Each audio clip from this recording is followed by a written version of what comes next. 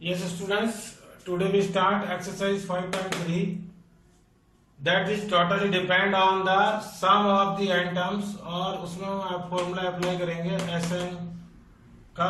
और जैसे An में An का फॉर्मूला हम यूज करते थे for find out the number of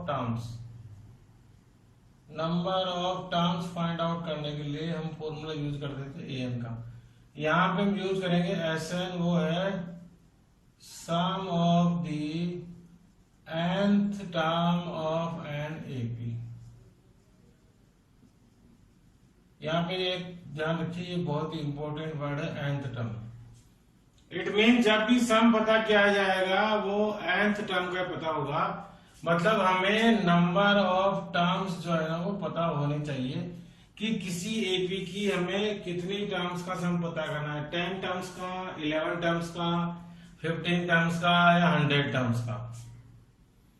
it means अगर कोई क्वेश्चन ऐसा हो जिसमें Sn पता करने का क्वेश्चन हो लेकिन n नहीं गिवन हो, तो पहले आपको n पता करना पड़ेगा। और वो कौन से फॉर्मूले से, An का फॉर्मूला या फिर लास्ट टर्म का फॉर्मूला, जो आपको पता ही क्या होता है, An equal to a plus n minus 1d। Sn का जो फॉर्मूला है जो हम यहाँ पे अप्लाई करेंगे एक्सरसाइज में, वो दो फॉर्मूले हैं। एक है n upon 2a plus n minus 1d, और एक और फॉर्मूला है वो है n upon 2a plus l, जिसको हम ऐसे भी कर सकते हैं n upon 2a plus an। Generally ये दो फॉर्मूले, क्योंकि जो an होती है वही लास्ट टर्म होती है। आपको पता लग गया होगा ये फॉर्मूला हम कब अप्लाई करेंगे। ये फॉर्मूला हम तभी अप्लाई करेंगे जब हमें फर्स्ट टर्म और लास्ट टर्म दोनों गिवन हो। अगर फर्स्ट टर्म और लास्ट टर्म हमें पहले से पता हो किसी एपी में, तो हम डायरेक्ट इस फॉर्मूले से ऐसे पता कर सकते हैं। बाकी जिनमें केवल एपी है या ए या डी की हेल्प है या एन है हमारे पास, तो हम यही फॉर्मूला अप्लाई करेंगे n upon 2a plus n minus 1d। और इन दोनों फॉर्मूले की हेल्प से हम बड़ी इजीली जो है एक्सरसाइज 5.3 जो है सॉल्व करेंगे। अभी आप देखेंगे कि आपकी जो एक्सरसाइज 5.3 है, इसका क्वेश्चन नंबर 1 है, उसका जो फर्स्ट मैं सॉल्व कर रहा हूं आपके सामने, और उसमें गिवन है मुझे एपी, और एपी है 2, 7, 12, और यहाँ पे मुझे सम पता करना है कौन सी टर्म तक, 10th टर्म तक। मैं आपको बता दूं बार बार, इसमें हमें ऑलरेडी दिया हुआ है कि कहां तक पता करना है, 10 टर्म तक। अगर टर्म नहीं होती तो हम पता करते हैं, तो डायरेक्ट फॉर्मूला अप्लाई हो जाएगा। सबसे पहले हम फाइंड आउट कर लें, तो a की वैल्यू है 2, d की वैल्यू हो गई है 7 माइनस 2 इक्वल टू 5, और n हमें गिवन है। ये ऐसा क्वेश्चन है जिसमें n हमें गिवन है। वापस बता रहा हूं, अगर n नहीं गिवन है तो आपको पता करना पड़ेगा, क्योंकि बिना n के हम जो है सम पता नहीं कर सकते हैं। Now we apply the formula. Which formula we apply? This one. तो Sn equal to n upon 2a plus n minus 1d, and when we put the values of n equal to है 10, it is given 2 multiply by 2 plus 10 minus 1, और d की value है 5। Now when we solve it तो becomes 5, 2 2 4 4 plus 10 minus 1 9, 9 5 जा 45। 10 upon 2 को solve किया तो 5 हो गया, 2 2 जा 4 और 9 5 जा 45। नाउ 5 मल्टीप्लाई बाई 49, और 5 multiply by 49 is equal to 245। तो ऐसे इजी आराम से जो है किसी भी क्वेश्चन का जो भी एपीए में दिया हुआ है उसका ऐसे हम पता कर सकते हैं। Now we solve question number 2, that is you also understood. बाकी जो क्वेश्चन नंबर 1 है उसका क्वेश्चन आप सेल्फ जो है सॉल्व करें, क्योंकि आपको समझ आ गया होगा कि हम कैसे सॉल्व करना है। क्वेश्चन नंबर जो 2 है उसका जो फर्स्ट क्वेश्चन है, that is given 7 plus 10 1 upon 2 plus 14, और ये जो एपी है वो कहां तक है, 84 तक। मतलब 7 से एपी जो है वो 84 तक है, और हमें इन सब का सम पता करना है। अब आप देखिए किस तरह का क्वेश्चन है, हमें यहाँ से इन सब का सम पता करना है, लेकिन आपको अंडरस्टूड हो गया होगा कि हम सम पता करने से पहले हमें क्या पता होना चाहिए, एन।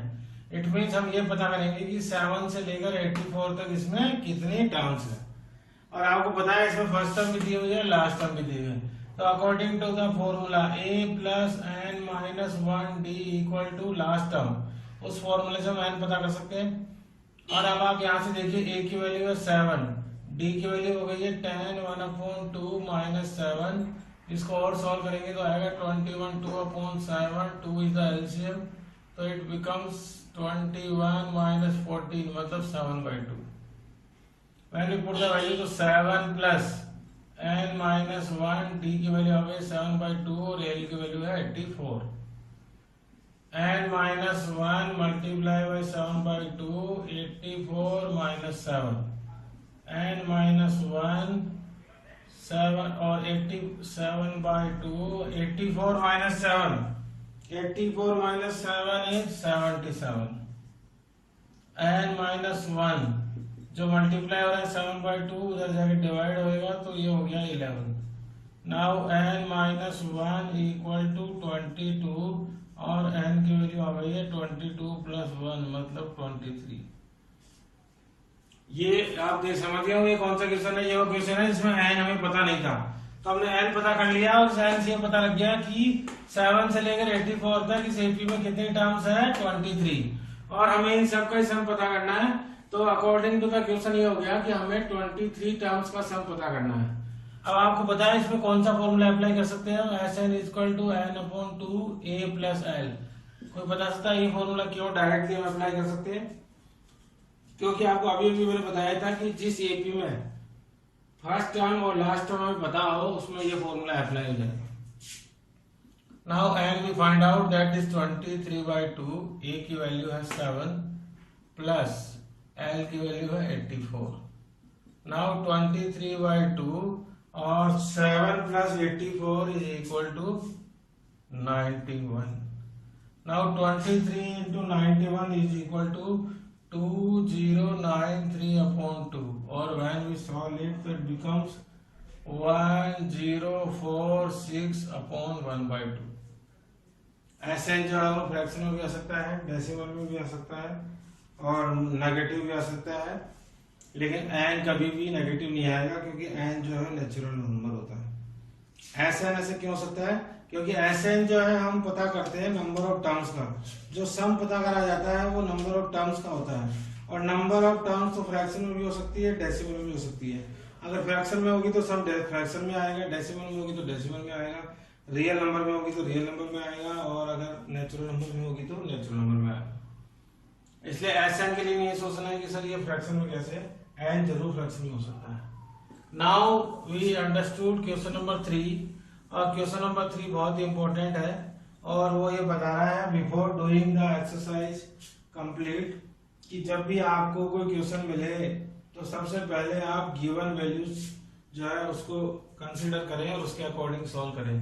क्वेश्चन नंबर 3 का जो फर्स्ट क्वेश्चन है उसमें गिवन है a इक्वल टू 5 और d इक्वल टू है 3 और an इक्वल टू है 50, और हमें फाइंड आउट करना है n, और क्या फाइंड करना है Sn। आपको बताए Sn मैं पहले पता नहीं कर सकता हूं क्योंकि Sn से पहले मुझे क्या पता होना चाहिए, n। तो हम n इजीली फाइंड आउट कर सकते हैं क्योंकि a की वैल्यू भी है, d की वैल्यू भी है और an की भी है। तो by applying a plus n minus 1 d equal to an, a की value 5 plus n minus 1 d की वैल्यू है 3 equal to 50। When we solve it तो n माइनस 1 इक्वल टू 3 और 5 जो प्लस हो रहा है उधर माइनस होएगा, n minus 1/3 equal to 45, n minus 1 equal to 45/3 और 45/3 is equal to 15, n minus 1 equal to 15 और n is equal to 16।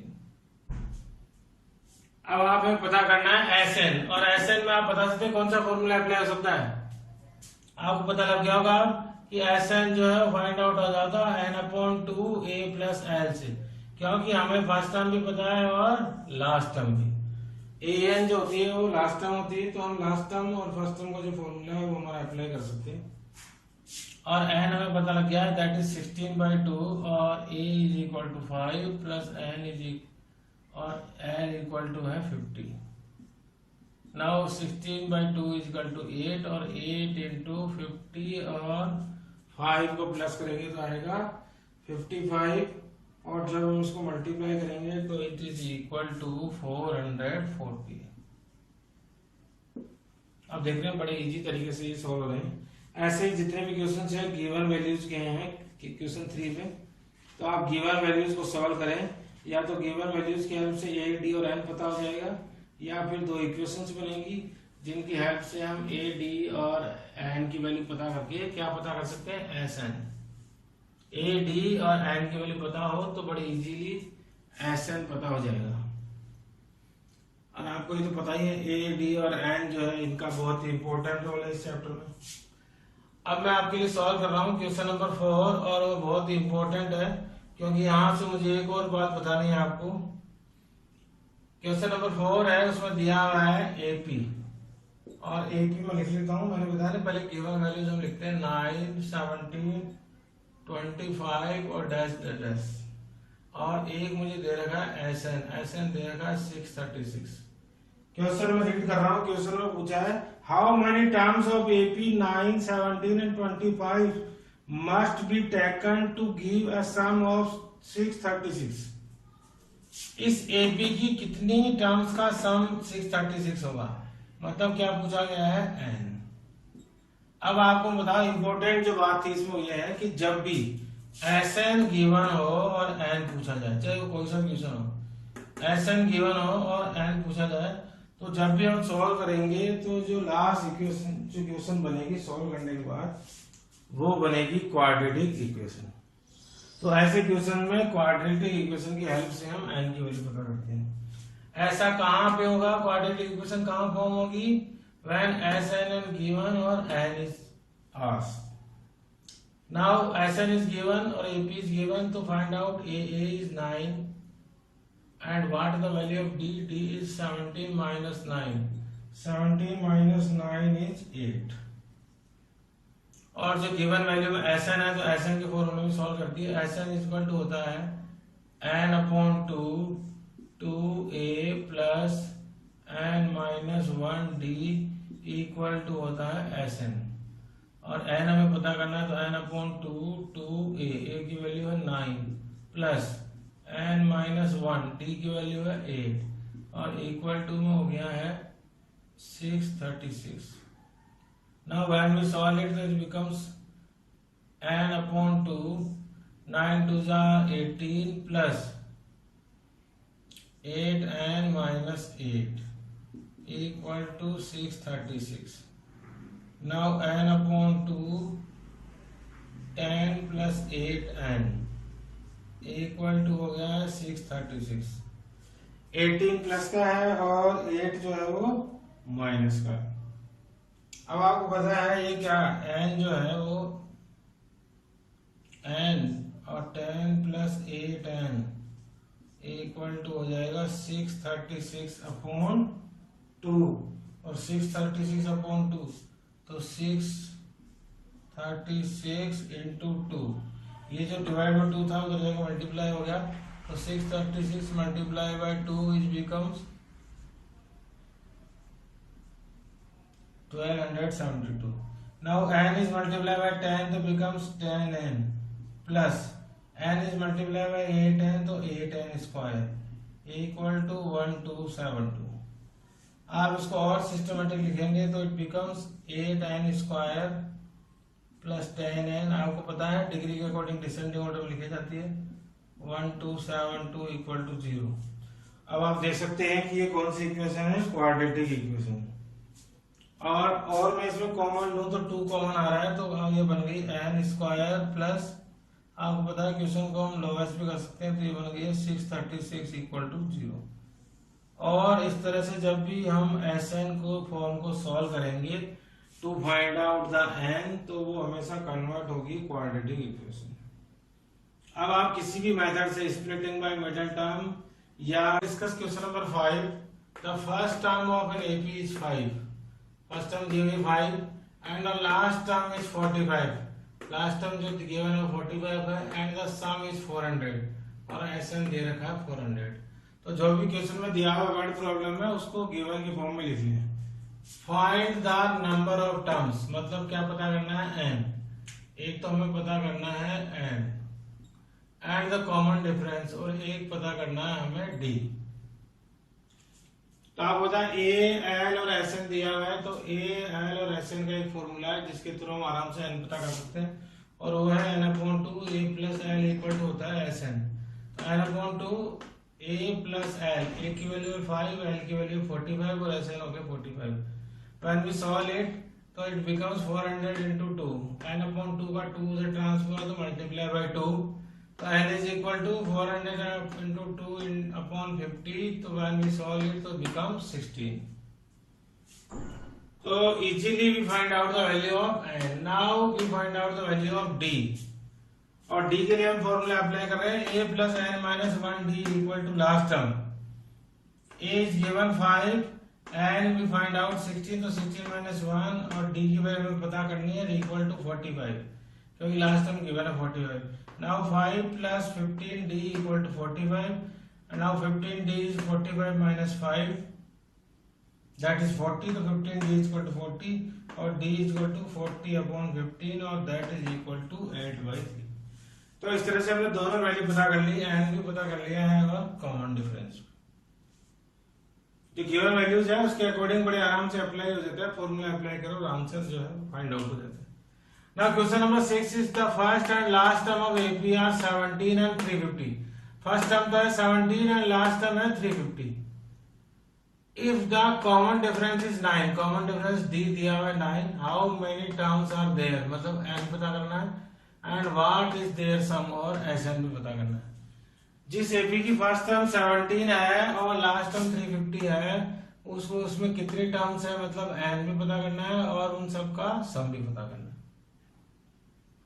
Now we find out a plus n minus 1 d equal to l। Why we apply this formula? क्योंकि a, d और l दिया हुआ था तो n आराम से पता हो सकता है। a की वैल्यू हो गई 17, n minus 1, d की value 9 equal to 350। When we solve it तो n minus 9 multiply by 9 is 350, 17 इधर माइनस हो गया तो becomes 333। Now 9 is multiplied when divide that becomes 37, तो n minus 1 equal to 37, it means n की value आ गई 38। अब आपको पता है हम कौन सा फॉर्मूला अप्लाई कर सकते हैं, S n equal to n by two a plus l, क्योंकि हमें ए भी दिया हुआ है और एल भी दिया हुआ है और एन हमने फाइंड आउट कर लिया है। तो 38 अपॉन 2 17 प्लस 350, ए की वैल्यू 17, एल की value 350। Now 38 by 2 is becomes 19 and 17 plus 350 is become 367। when we multiply तो it becomes 6973। आप देख रहे हैं बड़े आराम से सॉल्व हो जाती है, बहुत इजी एक्सरसाइज है। Now question number 7, find the sum of first 22 terms of an AP. उसकी फर्स्ट 22 टर्म्स और एपी को पता करना है, जिसमें डी 7 है और 22nd टर्म उसकी 149 है। अब आपको पता है हमें डी दिया हुआ है और 22nd टर्म दी हुई है, और हमें क्या पता नहीं है, डी दिया हुआ है 20, एसएन पता करना है, तो ए पता नहीं है और एन पता नहीं है, और एन तो पता ही 22, तो ए पता नहीं है, तो ए के लिए हम फॉर्मूला अप्लाई करेंगे, a plus n minus 1 d equal to a n, और a plus 21 minus d, d की वैल्यू 7 इक्वल टू 149। क्योंकि हमने 22 टर्म को सोल्व किया तो एन 22 होगा, और उस 22 टर्म जो है उसकी लास्ट टर्म माने तो वो कितनी होगी 149। Now a plus 21 into 7 is equal to 149। a 21 और 7 हो गए 147 is equal to 149। a is equal to 149 minus 147 is equal to 2। तो आप देखिए a की वैल्यू हमने फाइंड आउट कर ली है, d हमको पता ही है और हमें पता करना है S22। तो S22 is equal to n upon 2 2a plus n minus 1d के फॉर्मूले के according 22 upon 2 2a plus n minus 1 और d, 22 by 2 becomes 11, 2 multiplied 2 becomes 4, और 21 into 7, तो 21 into 7 is 147, 147 plus 4 151, multiply by 11, so it becomes 1661. Now question number 8 is find the sum of first 51 terms of an AP whose second and third term are 14 and 18 respectively. जैसा मैंने आपको बताया, first of all you write down the given values. Second and third term is given, तो A2, second term is A2, that is given 14. Now third term is A3, that is given 18. और हमें पता करना है S51, sum of 51 terms. अब आपको पता है A2 जो होती है A plus D. It means A plus D equal to 14. A3 जो होता है वो होता है A plus 2D equal to 18. जब आपकी गिवन वैल्यूज थी उनकी हेल्प से हमारे पास दो इक्वेशंस बन गई है. Now we solve these by elimination method. When we change the sign तो माइनस डी इक्वल टू -4 और डी की वैल्यू आ गई 4 और डी की वैल्यू आप किसी भी केस में रखोगे तो a की value we find out 10. Now we have a and d. तो now we easily find out the 51 10 by the formula Sn is equal to n by 2 2a plus n minus 1d. And is 51 तो 51 by 2 2 multiplied by a 10 plus 5 n minus 1 मतलब 51 minus 1 और d की value है 4. Now 51 upon 2 2 multiplied by 10 20 और 50 multiplied by 4. 51 minus 1 हो गया 50. 51 upon 2 it becomes 20 plus 200. 50 into 4 is 200. 200 and 220 is 220. 51 upon 2 into 220. 2 cross out by 210 so it becomes 110. Now 51 multiplied by 110 तो it becomes 5610 answer. तो पहले हमने दो इक्वेशन को सॉल्व कर लिया, वहां से हमने फाइंड आउट कर ली a और d की वैल्यू और उसके बाद Sn का फॉर्मूला अप्लाई करके हमने S1 पता कर लिया. Question number 9 is if the sum of 7 term of an AP. यहाँ पे 7 टर्म का सम दिया हुआ है, मतलब क्या दिया हुआ है S7 और वो कितना है 49. And 17 term is 289. तो sum of 17 term is 289. Find the sum of nth term. यहाँ पे हमें फाइंड करना है sum of nth term, मतलब ना फर्स्ट टर्म का ना सेकंड टर्म का ना 51 टर्म का, n टर्म का सम करना है. तो देखिए गिवन वैल्यूज हमने लिख दी है तो गिवन को सॉल्व करेंगे by applying the formula Sn is equal to n by 2 2a plus n minus 1d. When we solve it S7 तो n by 2 मतलब 7 by 2 2a plus n minus 1d equal to 49. When we solve it तो 7 by 2 2a plus 6d. 2a का 2a और 7 minus 1 6d equal to 49. Now 7 upon 2 इधर से divide हो रहा है उधर जाके हो गया मल्टीप्लाई में तो 2a plus 6d is equal to 49 into 2 upon 7. ये 7 upon 2 इधर जाएगा तो हो जाएगा 2 upon 7 7 से 49 कैंसिल आउट 7 टाइम्स तो 7 2 14. तो फर्स्ट इक्वेशन बन गई 2a plus 6d is equal to 14. ये सेम उसी तरह से जैसे यहाँ पे A2 की इक्वेशन बनी थी और A3 की, ऐसे हमने इस S7 को सॉल्व करके इक्वेशन बना ली 2a plus 6d is equal to 14. Now एक और वैल्यू गिवन है S17. जब हमने उसको सॉल्व किया था 17 upon 2 n upon 2 by the formula 2a plus n minus 1d equal to 289. Same 17 by 2 2a is 2a और 17 minus 1d becomes 16d and equal to 289. 2a plus 6d left side में है और 17 by 2 इधर जाके divide हुआ तो 17 से 289 cross out by 17 times. Now 17 multiplied by 2 becomes 34. So now we have the second equation, that is 2a plus 16d is equal to 34. तो first और ये सेकंड तो इक्वेशन बन गई, उनको हम सॉल्व कर लेंगे सेम एलिमिनेशन मेथड से. When we change the sign तो 2a is cancel out. Now 10d is equal to -20 और व्हेन वी सॉल्व इट तो d की वैल्यू आ गई 2 और जब d की वैल्यू के साथ आप इनमें से किसी भी इक्वेशन को सॉल्व करोगे तो a की वैल्यू आएगी 1.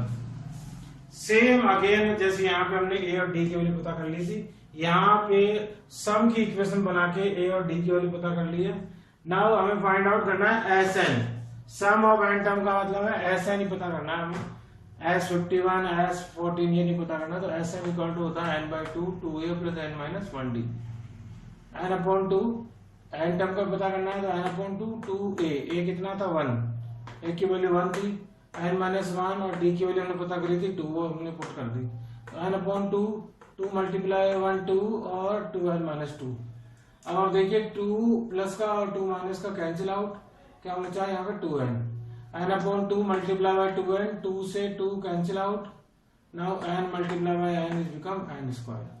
तो इस क्वेश्चन की सम ऑफ n टर्म्स का आंसर आ गया n स्क्वायर ओनली।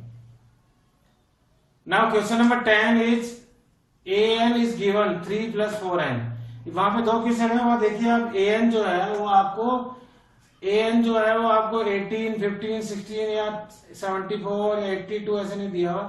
an जो है इक्वेशन की फॉर्म में दिया है, an is equal to 3 plus 4n और हमें फाइंड करना है एज 15, सम ऑफ 15 टर्म्स। अब आप बता an दिया हुआ है तो a1 मतलब n की वैल्यू अगर मैं 1 रखूंगा, जहां जहां n है तो वहां 1 रखूंगा तो a1 की वैल्यू होगी 7। जैसे मैं n की जगह 2 पुट करूंगा तो a2 बन जाएगा और a2 की वैल्यू आ गई 11।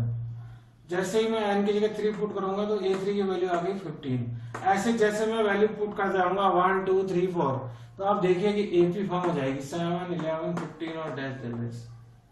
मतलब इस इक्वेशन से हमने a1 a2 a3 की वैल्यू पता कर ली, n की वैल्यू पुट करके, तो क्या बन गई AP बन गई।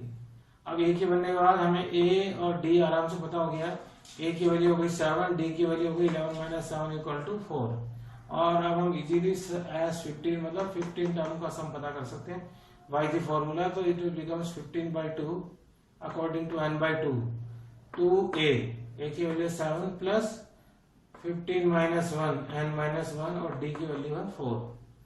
When we solve it 15 by 2, 2 7 are 14 और 14 into 4, 14 plus 56, 15 by 2 और 14 by 66 becomes 70, 2 से 70 cross out by 35, now 55 multiplied by 35 becomes 525। तो ये जो क्वेश्चन था उसमें आपको अगर ऐसा कोई क्वेश्चन SN या AN आप देखेंगे आगे SN की भी फॉर्म में आएगी, तो आप यहाँ पे वैल्यू पुट करके a1 a2 a3 करके AP फॉर्म कर लें और उसके बाद जो भी सम या कोई टर्म या जो हमें पता करनी है तो हम a1 a2 AP फॉर्म होने के बाद आप बताइए हम कोई सी भी टर्म या किसी भी टर्म का सम जो है वो फाइंड आउट कर सकते हैं। Now we solve question number 11। If the sum of first n terms of an AP is 4n minus n square. आप देखिए इससे पहले जो क्वेश्चन था उसमें an दिया हुआ था और वो दिया था 3 प्लस 4n, मतलब an की फॉर्म दी थी और हमने वहां पे 1 पता करा तो a1 पता हो गया था, 2 लिखा था तो a2 पता हो गया था, 3 लिखा था तो a3 पता लग गया था क्वेश्चन नंबर 10 जिससे पहले था। लेकिन इस क्वेश्चन में क्या अलग है, इस क्वेश्चन में sn इक्वल टू दिया हुआ है 4n माइनस n स्क्वायर। इसका मतलब जब भी मैं n की वैल्यू 1 पता करूंगा तो s1 पता होगा मुझे, n की वैल्यू 2 पुट करूंगा तो s2 पता होगा और n की वैल्यू 3 पुट करूंगा तो s3 पता होगा। ये डिफरेंस है क्वेश्चन नंबर 10 और 11 में। वहां पे क्वेश्चन नंबर 10 में जो an की जो इक्वेशन दे रखी थी वो थी 3 प्लस 4n और हम पुट कर रहे थे n की वैल्यू 1 2 3 तो a1 a2 a3 बन रहा था, मतलब डायरेक्ट किसकी फॉर्म बन रही थी AP की, क्योंकि आपको बताया a1 a2 a3 ये फर्स्ट टर्म होती है, सेकंड टर्म होती है और ये थर्ड टर्म होती है और ऐसे ही मैं n की वैल्यू पुट करते जाऊंगा तो पूरी AP बन जाएगी। लेकिन यहाँ पे दे रखा है sum of first n term is AP is 4n minus, मतलब सम ऑफ n टर्म, वहां पे n टर्म था या सम ऑफ n टर्म, तो ऐसा इक्वल टू दिया हुआ है 4n माइनस n स्क्वायर की फॉर्म में। तो यहाँ पे जब भी मैं n की वैल्यू पुट करूंगा तो s1 s2 s3 बनेगा। और इसीलिए मैंने आपको बताया था जब इंपॉर्टेंट टॉपिक्स की हम बात कर रहे थे कि जब an की जगह क्या दिया हुआ हो sn, तो sn से an जो बनाने का फॉर्मूला है वो है sn माइनस 1। इट मींस अगर आपको a10 मतलब आपको 10 टर्म पता करनी है तो अगर आप s10 माइनस s9 10 माइनस 1 मतलब s10 माइनस s9 करेंगे तो कौन सी वैल्यू पता होगी, a10 पता हो जाएगी। ऐसे आप A4 पता करेंगे तो आपको पता लग गया वो क्या होगा, S4 माइनस S3। ऐसे आपको A3 पता करना हो तो क्या आएगा, S3 माइनस S2। इसको हम समझते हैं एग्जांपल से। सपोज करो एक एग्जांपल हम लेते हैं जिसमें AP है, वो AP है जैसे 2 4 6 8 और इस तरह से। अब क्वेश्चन है कि what is the sum of its first term. तो आपको पता है S1 जो होगा वो 2 ही होगा, क्योंकि फर्स्ट टर्म का सम तो फर्स्ट टर्म ही आएगा। यहाँ की फर्स्ट टर्म है 2 और इस फर्स्ट टर्म का सम जब मैं करूंगा तो S1 ही आएगा, 2 आएगा। इसीलिए इस क्वेश्चन में पूछा है what is the first term, और आप देखिए ब्रैकेट में लिखा हुआ है दैट इज S1। तो इट मींस S1 जो होती है वो ही क्या होती है, हमेशा A1 होती है। मतलब S1 जो हमेशा होती है वही फर्स्ट टर्म होगी, क्योंकि फर्स्ट टर्म का सम जो है फर्स्ट टर्म खुद ही होती है। अब हम बात करें S2 की, तो S2 कितना हो जाएगा, मतलब सम ऑफ 2 टर्म्स, तो वो कितना हो गया 6। लेकिन अब मैं जब A2 निकालू, मतलब इस सेकेंड टर्म ओनली 2 टर्म के सम के साथ, तो आपको पता है वो क्या हो जाएगी 6 माइनस 2 कितनी आ गई 4। ये देखिए इसका मतलब आपको पता लग गया भाई A2 कैसे पता हुई, S2 माइनस S1। S2 कितना है 6 और S1 कितना है 2, तो कितना आ गया 4। तो ये फॉर्मूला जब अप्लाई करेंगे ये वाला, जब AN पता करना हो और SN दिया हो, तो यहाँ पे हमको क्वेश्चन में SN दिया हुआ है S, तो हम AN पता करेंगे इस फॉर्मूले से SN minus SN n minus 1 से, SN माइनस SN माइनस 1 से। नाउ जी क्वेश्चन में दिया हुआ है SN equal to 4n minus n square जो हमें गिवन है, और जब मैं 1 2 3 वैल्यू पुट करूंगा तो आपको पता है S1 S2 S3 पता होगा। चलो S1 पता करते हैं, तो 4 n की जगह 1 पुट किया और n की जगह 1 पुट किया, तो 4 माइनस 1 कितना हो गया 3। ऐसा जब S2 में n की जगह 2 वैल्यू पुट करके हमने सोल्व किया तो S2 की वैल्यू आई 4। ऐसे n की जगह मैंने 3 पुट किया तो S3 की वैल्यू आई 3। मतलब S1 है 3, S2 है 4 और S3 हो गया 3। अब आपको पता है A1 जो होता है वो S1 ही होता है।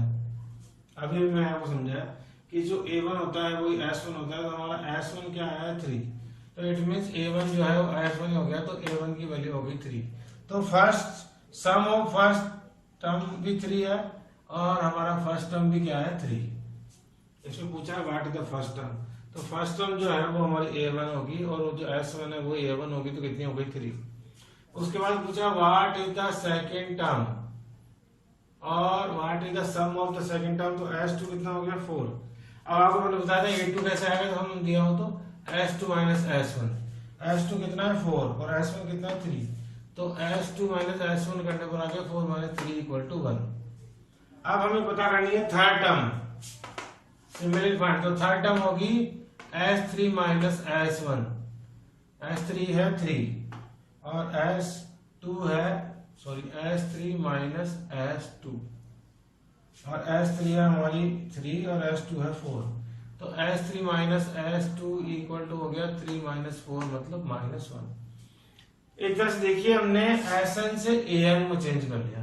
अब आप देखिए A1 की वैल्यू आ गई 3, A2 की वैल्यू आ गई है 1 और A3 की वैल्यू आ गई है माइनस 1।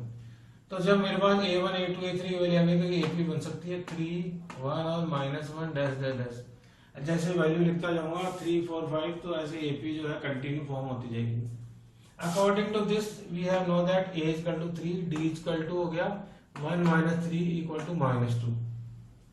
अब आपको ज्यादा टर्म पता करनी हो तो आप ये 3 टर्म पता करके S1 S2 S3 की हेल्प से एक AP बना लें, क्योंकि इसमें पूछा 10th टर्म। एक मेथड तो ये था कि हम S10 पता कर लेते और S9, S10 पता कर लेते और एक पता कर लेते S9, और S10 में से S9 को माइनस करते तो डायरेक्ट क्या आ जाता है A10। लेकिन मैंने AP फॉर्म कर ली है तो मुझे पता है A10 जो है मैं आराम से पता कर सकता हूँ। जो 10 टर्म होती है A10 वो होती है A प्लस 9D। A की वैल्यू मैंने पता कर ली है 3, 9 और D की वैल्यू माइनस 2, और उसको सॉल्व करेंगे तो 3 माइनस 18 तो इक्वल टू आ जाएगा माइनस 15। उसके बाद पूछा है इसमें एंड nth टर्म, और आपको पता है nth टर्म होती है an equal to a plus n minus 1d, और यहाँ पे भी a और d की वैल्यू में पुट करूंगा तो 3 minus 2n plus 2, 3 plus 2 like term से सोल्व हो जाएगी तो 5 प्लस 2n।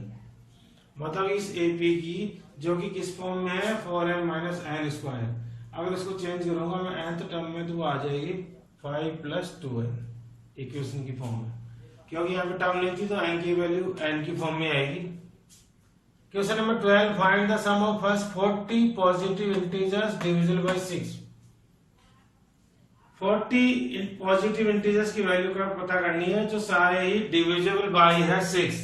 इसका मतलब फर्स्ट नंबर है डिवीजन होने वाला 6 से वो 6 है, नेक्स्ट नंबर 12 है और उससे नेक्स्ट नंबर 18 है, और ऐसे करके मैं 40 तक जो है नंबर लिख सकता हूँ। लेकिन मैंने एपी फॉर्म कर लिया है तो ए की वैल्यू पता लग गई 6, डी की वैल्यू पता लग गई है 6, और एन जो है वो फर्स्ट 14 का पता करना था, एन 40 हो गया।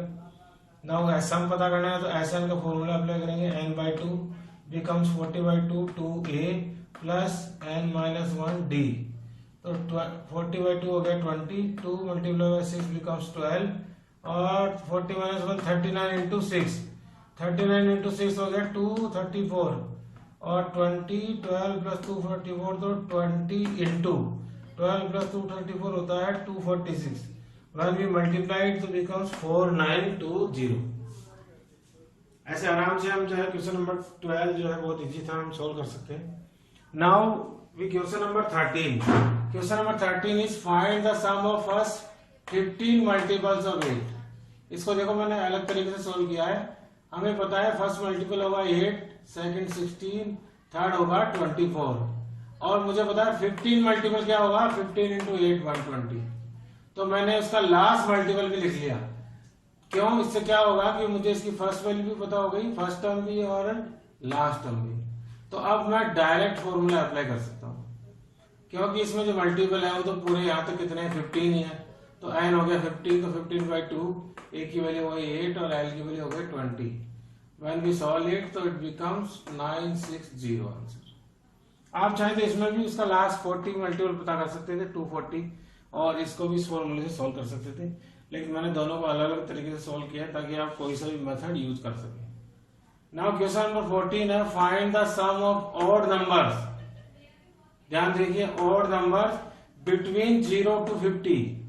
तो ऑड नंबर 0 से 50 के बीच में आते हैं, पहला नंबर है 1, उसके बाद 3, फिर 5, फिर 7, और लास्ट नंबर आएगा 49 जो कि लाई करता है 0 से 50 के बीच में। तो आपको पता है 1 3 5 7 49 को मैं काउंट करूंगा, या इनको हम वैसे भी देखें जनरली तो कितने नंबर है ये 25। इट मीन्स एन हमें पता लग गया 25 है, ए की वैल्यू हो गई है 1, और लास्ट टर्म जो है एल वो है 49, और मुझे पता करना है सम, तो डायरेक्ट फॉर्मूला अप्लाई हो सकता है n/2 a plus L. Now L is 25, तो 25/2 एल की ए की वैल्यू है 1, एल की वैल्यू है 49। नाउ 25/2 और 1 plus 14 is 50, 2 is cross out by 50 तो becomes 25, तो 25 into 25 is 625। आप देखिए जिस तरह से आपने क्वेश्चन में दिया हुआ है, रोज 50 रुपीज की पेनल्टी लग रही है, और वो पेनल्टी 200 रुपीज से शुरू हुई है फर्स्ट डे पे, तो फर्स्ट डे की पेनल्टी हो गई 200, और उसके बाद हो गई 250, और उसके बाद हो गई 300, और इस तरह से डेली जो पेनल्टी है वो इंक्रीज हो रही है 50 रुपीज। हमें बताना है कि 30 डे में कितनी पेनल्टी हो जाएगी, मतलब एन हमें पता लग गया इस क्वेश्चन में 30 है, और ए आपको पता लग गया है 200, और डी की वैल्यू यहाँ से हो गई है 50। अब हम ऐसा ही पता कर लेंगे टोटल पेनल्टी। इसका मतलब ये हुआ कि हमें इन सब का टोटल करना है 30 डेज तक जो पेनल्टी है, वही इस क्वेश्चन में पूछा है। तो एस एन का फॉर्मूला लग जाएगा, S n equal to n by 2a plus n minus 1d, और 30 डेज की पेनल्टी पता करनी है, तो 30/2 2a, a की वैल्यू है 200 प्लस n है 30, तो 30 माइनस 1, और d की वैल्यू है 50। जब हम वैल्यूज पुट कर देंगे तो आप देखिए 30 डिवाइड बाई 2 इज बिकम्स 15।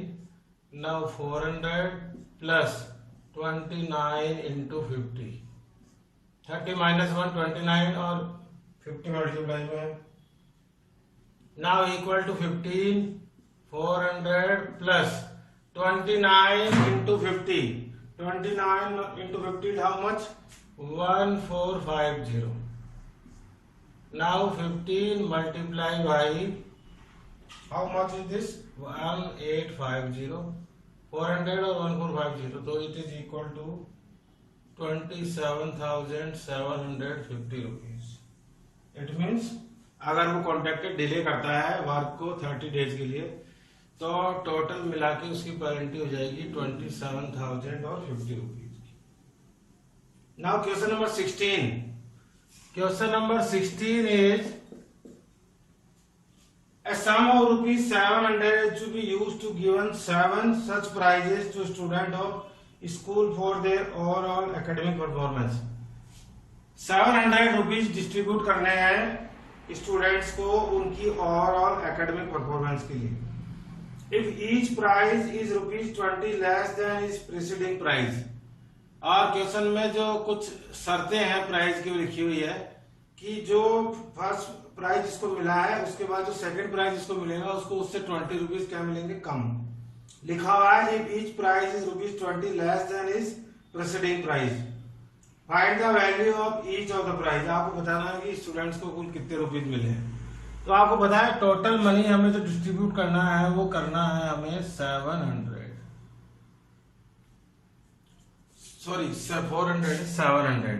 और टोटल मनी हमें 700 डिस्ट्रीब्यूट करना है और जितने भी मनीज हैं और जो बीच में जो रुपीज हैं उन सब में जो डिफरेंस आ रहा है वो कितने रुपीज का आ रहा है 20 रुपीज का।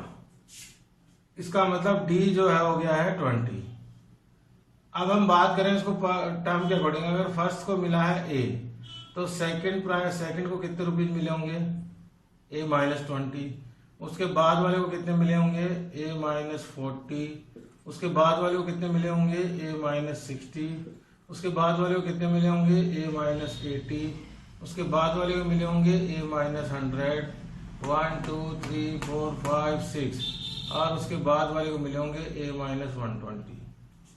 क्योंकि जो टोटल मनी है वो 7 प्राइज में डिस्ट्रीब्यूट करनी है।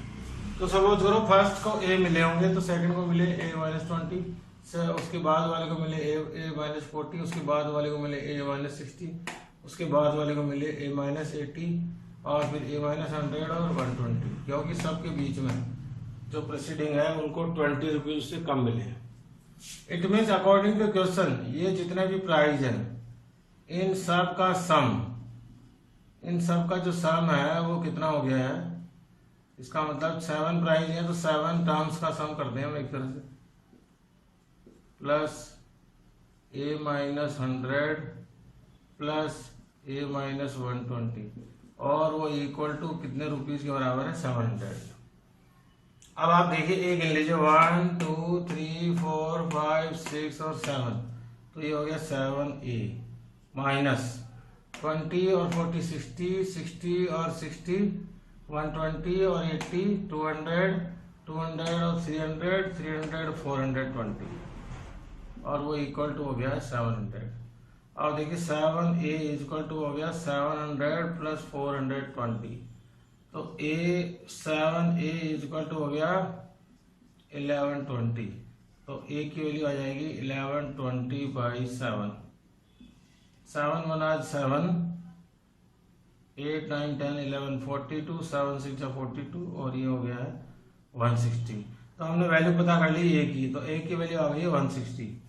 इसका मतलब कितने प्राइस मिले जो फर्स्ट है उसको मिले होंगे a और ये मिले मतलब कितने रुपीज 160 रुपीज। उसके बाद वाले को मिले a -20 मतलब उसको मिले होंगे 140 रुपीज। उसके बाद वाले को मिला है a -40 मतलब उसको मिले होंगे 160 -40 मतलब 120। उसके बाद वाले को मिलेंगे 100 उसके बाद वाले को मिलेंगे 80 उसके बाद वाले को मिलेंगे 60 1 2 3 4 5 6 और उसके बाद वाले को मिलेंगे 40। इस तरह से हमने उनके डिस्ट्रीब्यूशन के 7 प्राइजेस जो है वो पता कर लिए हैं। आपको जो 7 टर्म्स ए पे बना लेनी थी 7 टर्म की क्योंकि यहाँ पे नंबर नहीं दिया हुआ तो हमने फर्स्ट टर्म बना लिया ए उसके बाद a -20 क्योंकि हमें डी पता था कि डी 20 है। और जितनी भी ये 7 टर्म है आप चाहे तो जो ऐसे है यहाँ पे जो जितने भी 7 टर्म्स हैं उन सब का सम भी दिया हुआ था 700 तो हमने 7 टर्म्स को सम करके ए की वैल्यू पता कर ली और उसके बाद जो भी टर्म्स थी उसके अकॉर्डिंग हमने बता दिया कि इस तरह से वो 700 रुपीज है वो डिस्ट्रीब्यूट होंगे। Now I solve question number 17। Question number 17 is in a school student thought of planting a trees in and all around the school to reduce air pollution। कुछ स्टूडेंट हैं, उन्होंने जो है अपने स्कूल के आसपास एयर पोल्यूशन को कम करने के लिए डिसाइड किया कि हमें क्या करना चाहिए, पेड़ लगाने चाहिए। और it was decided that the number of trees each section of each class will plant will be the same as the class. और ये भी डिसाइड हुआ कि जो क्लास है वो उतने ही प्लांट जो है वो प्लांट करेगी। क्लास 1 विल प्लांट 1 ट्री, जैसे कि क्लास 1 है तो वो 1 ट्री प्लांट करेगी, क्लास 2 है तो वो 2 ट्री, और ऐसे जो क्लास है उस स्कूल में कहां तक है, टिल 12 तक। अब if there are 3 section of each, यहाँ पे समझना है। आप देखिए क्वेश्चन नंबर जो 17 है उसमें दिया हुआ है कि ट्री प्लांट करना है। फर्स्ट क्लास को एक प्लांट जो है लगाना है, सेकंड क्लास जो है उसको 2, थर्ड क्लास जो है उसको 3, फोर्थ क्लास उसको 4 और फिफ्थ क्लास उसको 5, ऐसे कौन सी क्लास तक है, 12th क्लास तक। लेकिन उसके बाद इसमें क्वेश्चन में दिया हुआ है कि हर क्लास के 3 सेक्शन है। इसका मतलब है 1 क्लास अगर फर्स्ट एक प्लांट लगाएगी और इसके 3 सेक्शन है तो कितने प्लांट लग जाएंगे, 1 into 3। उसके बाद सेकंड क्लास जो है वो 2 प्लांट लगाएगी और उसके भी 3 सेक्शन है तो कितने प्लांट लग जाएंगे, 2 into 3। उसके बाद थर्ड सेक्शन है उसके भी 3 सेक्शन है तो कितने प्लांट लग जाएंगे, 3 into 3। और ऐसे फोर्थ क्लास की भी 3 सेक्शन है तो कितने प्लांट लग जाएंगे, 4 into 3। और ऐसे जो प्लांट लगेंगे वो लगेंगे 12 into 3। 12 क्लास जो लगाएगी वो लगाएगी 12 into 3 तक। आपको समझ आ गया होगा कि मैंने 3 से मल्टीप्लाई क्यों किया, क्योंकि जितने वो प्लांट लगा रहे थे उस क्लास के अकॉर्डिंग उन सबके 3 सेक्शन सब क्लास के। तो आप देखिए यहाँ से जो एपी बन गई वो बन गई 3, 6, 9, 12 और कहाँ तक 36 तक। और हमें बताना है कि उन्होंने कितने प्लांट्स लगा दिए। इट मीन्स हमें एसएन पता करना है, तो ए मुझे पता लग गया है 3 है, और डी मुझे पता लग गया है 3 है, और ए एन या फिर लास्ट टर्म, यहाँ पे तो हमें लास्ट टर्म भी पता है वो है 36। इट मीन्स ऐसा हम डायरेक्ट पता कर सकते हैं by the formula n/2 2a plus n/2a plus l। क्योंकि हमें n भी पता है, n कितना है, क्लास 1 से लेकर 12 तक, तो n पे 12 हो गया, तो ये हो गया 12/2, a की वैल्यू है 3 plus 36। Now when we solve it तो it becomes 6 multiply by 39। 12/2 when we solve it तो it becomes 36। 12/2 तो ये बन गया 6 और 3 और 36 हो गया 39। Now 6 multiplied by 39 is equal to 234। It means सारी क्लासेस ने मिला के जो है कितने प्लांट जो है वो स्कूल के अराउंड में प्लांटिंग किया है, 234। Now we solve question number 18। और क्वेश्चन नंबर 18 जो है वो रिलेटेड टू है स्पाइरल, और spiral is in the form of semi circle. एक स्पाइरल है, यहाँ से शुरू हुआ है और यहाँ इसका सेंटर हो, तो ये 1 सेमी सर्कल, ये सेकंड सेमी सर्कल, ये थर्ड सेमी सर्कल और ये 4th सेमी सर्कल, ऐसे सेमी सर्कल इसमें बने हुए।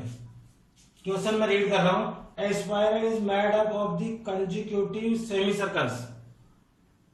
बहुत सारे सेमी सर्कल्स बने हैं with centre alternatively A and B, जिनके जो सेंटर है वो ए और बी है। अगर यहां से हम पता इसको ऐड कर दें तो ये ए और ये बी, मतलब ये इसका सेंटर, सबका सेंटर ए और बी है। Starting from centre A the radius 0.5 1 1.5 2 centimetre as shown in the figure. और जो ये फर्स्ट सेमी सर्कल है इसकी रेडियस कितनी है, 0.5। उसके बाद यहाँ से यहाँ तक कितनी है, 1। उसके बाद यहाँ से यहाँ तक कितनी है, 1.5। और इस तरह से इतनी कितनी है, 2। और ऐसे बहुत सेमी सर्कल जो है बने हुए। If there is a total length of such a spiral made up of 13। अब आपको बता रखा है कि इसमें टोटल स्पाइरल कितने हैं, 13। इसका मतलब n हमें पता लग गया 13 है। और आपको पता है AP बन गई है। फर्स्ट की रेडियस है 0.5, सेकंड की है 1, थर्ड की है 1.5, उसके बाद है 2.0, उसके बाद होगी 2.5 और ऐसे टिल 13 तक ही चलेगी। हमें बताना है टोटल लेंथ। अब आपको पता है, यहां से समझिए, पूरे सर्कल की जो टोटल लेंथ है उसको बोलते हैं लेंथ ऑफ द बाउंड्री या सरकमफेरेंस, और वो कितनी होती है 2πr। लेकिन हमारा जो क्वेश्चन है उसके अंदर सेमी सर्कल है, एक सेमी सर्कल फॉर्म हो रहा है, तो उसकी जो टोटल लेंथ आएगी, ये जो लेंथ आएगी वो आएगी 2πr/2 हाफ, उसका मतलब πr। इसका मतलब ये हुआ कि अगर मैं फर्स्ट सर्कल की लेंथ निकाल रहा हूं तो आएगा πr, सेकंड की लेंथ भी आएगी πr, और सबकी रेडियस जो है वो हमें गिवन है। तो ये जो AP है वो किस तरह से हो गई पाई इंटू 0.5, दूसरा नंबर हो गया पाई इंटू 1, थर्ड नंबर हो गया पाई इंटू 1.5, थर्ड नंबर हो गया पाई इंटू 2, और इस तरह से टिल 13 तक। अब आप देखिए पाई के साथ अगर मैं सॉल्व करूंगा इसको तो मुझे प्रॉब्लम होगी, तो अगर मैं पाई इसमें से कॉमन ले लूं तो आप देखिए सेम AP बन जाएगी 0.5, 1, 2, 2.5 और इस तरह से कहां तक 13 तक। और मैं इसको अब सॉल्व करूंगा 13 तक तो टोटल लेंथ आ जाएगी। टोटल लेंथ के लिए मुझे पता करना पड़ेगा इनका सम। तो आप देखिए ए की वैल्यू है 0.5 और D की वैल्यू है 0.5, तो S13 मुझे पता करना है, तो ये it is become 13/2, 2a plus 13/2, 2a, a की वैल्यू है 0.5 प्लस n-1d, d की वैल्यू है 0.5, इट इज बिकम 13/2। आप देखिए साथ में इसके साथ में पाई अभी हमने सॉल्व किया है नहीं किया है, इसलिए पाई को साथ में रखना है। इजी सॉल्व करने के लिए पाई हमने कॉमन ले लिया है, बाद में इसका जो आंसर आएगा उसको पाई से हम मल्टीप्लाई कर देंगे। 2 multiply bye 0 becomes 1 plus 13 - 1 12, 12 multiply by 5 becomes 6। Now it is 13/2 into 7। और आप देखिए यहाँ से अब हम वैल्यू पाई की जो वैल्यू उसको भी सोल्व कर देते हैं। 20/7, तो 7 से 7 कैंसिल आउट, 2 से 21 कैंसिल आउट 11 टाइम्स, तो 11 इंटू 13 इज रिमेनिंग, और 11 into 13 is 143। 143 centimetre is total length. Total length जो आ गई है वो कितनी आ गई है 143 centimetre. I think you understood. एक भी ये फॉर्म हो जाती है, लेकिन ये तो खाली रेडियस है, और हमें बताना चाहिए लेंथ। तो लेंथ होती है पाई आर, तो पाई आर फर्स्ट की लेंथ होगी, सेकंड सेमी सर्कल की होगी पाई 1, थर्ड सेमी सर्कल की होगी पाई 1.5, थर्ड की हो गई पाई 2, क्योंकि रेडियस हर बार 0.5 जो है इंक्रीज हो रही है। और इसके साथ पाई के साथ वैल्यू के साथ हम सॉल्व करूंगा तो डेसिमल में और 22/7 को सॉल्व करने में जो है बहुत प्रॉब्लम आएगी आपको, इसलिए मैंने पाई कॉमन लेके आपको सॉल्व करके दिखाया, ताकि जो AP है वो बहुत इजीली फॉर्म हो जाए। और उसके बाद 13 जो सेमी सर्कल है उनकी टोटल लेंथ पता करनी थी, और इस तरह से हम सॉल्व कर लिए इजी से question number 18। Now we solve question number 19। Question number 19 is 200 logs are। Question number 19 logs होते हैं जो बड़े बड़े पेड़ जो लकड़ी होती है उसकी गट्ठर जो बोलते हैं उनको बोलते हैं। 200 logs are stacked in the following manner। 200 logs रखे हुए हैं और वो फॉलोइंग मैनर में लिखे हुए हैं। 20 logs in the bottom row। सबसे नीचे कितने जो है वो लॉग्स रखे हुए हैं 20। और उसके बाद क्वेश्चन नंबर है ये 19, सबसे नीचे कितने लॉग्स रखे हुए हैं 20, उसके बाद कितने रखे हुए हैं 19, उसके बाद रखे हुए हैं 18। और on in how many rows are the 200 logs place. तो बताओ कि ऐसी कितनी रोज होगी जिनमें हम इनको प्लेस कर पाएंगे 200 logs को। And how many logs are there in top row, और जो टॉप रो है उसके अंदर कितने जो है वो logs हैं। अब आपको पता लग गया होगा, पहले हम इसकी एपी फॉर्म करेंगे ताकि हमें पता लग जाए कि लास्ट टर्म जो है हम पता कर लेंगे। सबसे पहले है 20, फिर 90 लॉग्स है, फिर 18 लॉग्स है, फिर 70 है, और इस तरह से सारे लॉग्स हैं। और ये सारे 19, 20, 18, 17 जो भी हैं वो टोटल मिला के कितने लॉग्स हैं? 200। इट मीन्स हमें इस क्वेश्चन में एसएन दिया हुआ है 200, और ए की वैल्यू आपने पता कर ही ली होगी, ए की वैल्यू है 20, और डी की वैल्यू क्या आएगी? -1, 19 - 20, और इट इज इक्वल टू -1। अब हमें सबसे पहले पता करना है कितने जो है रो इसमें है, तो इसका मतलब है कि हमें पता करनी है एन। एसएन दिया हुआ है, ए और डी की वैल्यू हमें पता है, तो एसएन का फॉर्मूला लग जाएगा n/2 2a + n - 1d equal to होता है एसएन, और n जो है वो कितना है वो पता नहीं है, तो n/2 2a 2 × 20 प्लस n - 1 और d की वैल्यू है -1, और इक्वल टू हो गया है 200। When we solve it, it becomes n/2 40 plus -n और +1 equal to 200. -1 is multiplied by n becomes -n, -1 multiplied by -1 so +1. Now it is n/2 41 - n equal to 200। जिसको और solve करें तो क्या बन जाएगा? n equal to n 41 - n equal to 200 × 2। ये जो 2 डिवाइड में है उधर जाके किसमें हो गया है? मल्टीप्लाई में। Now when we solve it, तो it becomes 41n - n square equal to 400, और इसको तरीके से लिखेंगे तो ये हो गया -n square plus 41n - 400 equal to 0। आपको मैंने बताया था पहले भी, वापिस एक बार याद दिला रहा हूं, जब भी एसएन का क्वेश्चन हो और एन पूछा जाएगा तो आपको पता ही है जो लास्ट इक्वेशन फॉर्म होगी वो कौन सी इक्वेशन होगी? Quadratic equation. और मैं आपको यही बता रहा हूँ यहाँ से कि जब माइनस साइन हो, ये चैप्टर 4 में मैंने बताया था, उसको हम रिमूव करने के लिए इन सबको माइनस से मल्टीप्लाई करेंगे तो बन जाएंगे n स्क्वायर -41n और plus 400 equal to 0। It means अब हमें ऐसे नंबर चाहिए जिनको मल्टीप्लाई और प्लस करने पर 400 आए, तो ऐसे नंबर है 16 और 25, तो 25n - 16n plus 400 equal to 0। When we solve it, तो n - 25 - 16, तो n - 25 इक्वल टू 0। तो इट मीन्स 2 वैल्यूज आ गई, n - 25 इक्वल टू 0, तो n की वैल्यू हो गई 25, और एक और आ गई n - 16 इक्वल टू 0, तो n की वैल्यू आ गई 16। अब आप देखिए दोनों वैल्यू जो है वो पॉजिटिव है, इसका मतलब है कि नंबर ऑफ रो जो है वो कितनी हो सकती है? 16 भी हो सकती है और 25। लेकिन आपको पता है दोनों तो हो नहीं सकती, या तो 16 हो गया 25। इट मीन्स यहाँ पे हमें हेल्प लेनी पड़ेगी द कॉमन डिफरेंस की। आपने देखा है कि कॉमन डिफरेंस जो है वो नेगेटिव है, और कॉमन डिफरेंस जब नेगेटिव हो, और इसका मतलब है कि जब एपी डिसेंडिंग ऑर्डर में हो तो जो नियरेस्ट वैल्यू होती है वो ही हमेशा इसका आंसर होती है।